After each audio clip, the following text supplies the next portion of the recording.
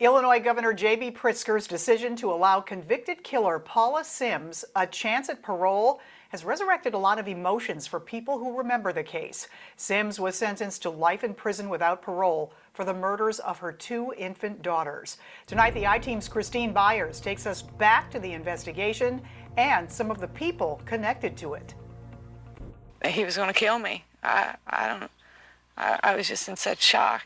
I didn't know he was coming to take my baby from me. The public first heard the name Paula Sims in 1986 when she reported her daughter Lorelei had been abducted from her Jersey County home. I just did what he said. Police launched a massive search.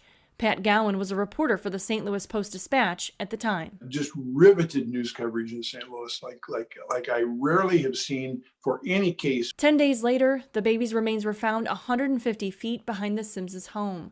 The cause of death was never determined, and no one was ever charged. But an awful lot of people suspected the parents might be involved. 3 years later, police were called to the Sims home in Alton. It had happened again.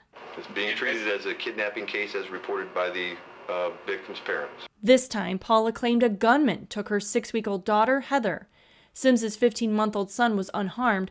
4 days later, Heather's body was found in a trash can in West Alton. The cause of death was listed as asphyxiation. She has claimed, and some evidence has indicated, that her husband, or now late husband, Robert Sims, didn't like little girls. Baby Heather was buried, and soon Paula was charged with the death of her first daughter, Lorelei. 2 months later, she was indicted for Heather's murder. In 1990, Sims confessed to killing both babies.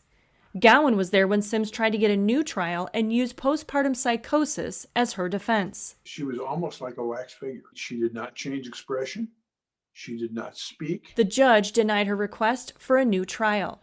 You can't say, well, I didn't do it at all, and then you get convicted and come back and say, well, I did do it, but I had a reason. She was to remain in prison for the rest of her life without a chance at parole. I just want to bring awareness, let people know this is real, and I'm not some monster. But this week, Illinois Governor J.B. Pritzker granted Sims a chance at a hearing before the parole board. Jed Stone has been her attorney since the late 1990s. The answer to how come she done it was the presence of a debilitating, horrible mental illness called postpartum psychosis. Once you figured that piece of the puzzle out, it seemed cruel to keep her locked up after so many years. She'll get a chance at freedom at a parole hearing in September. I just wonder if the community's ready for that. She served a long time in prison. She's got to live with what she did. That may be punishment enough. For the I-Team, Christine Byers, 5 on your side. To learn more about what Sims' attorney said about her life now and her faith, read Christine's full report at KSDK.com.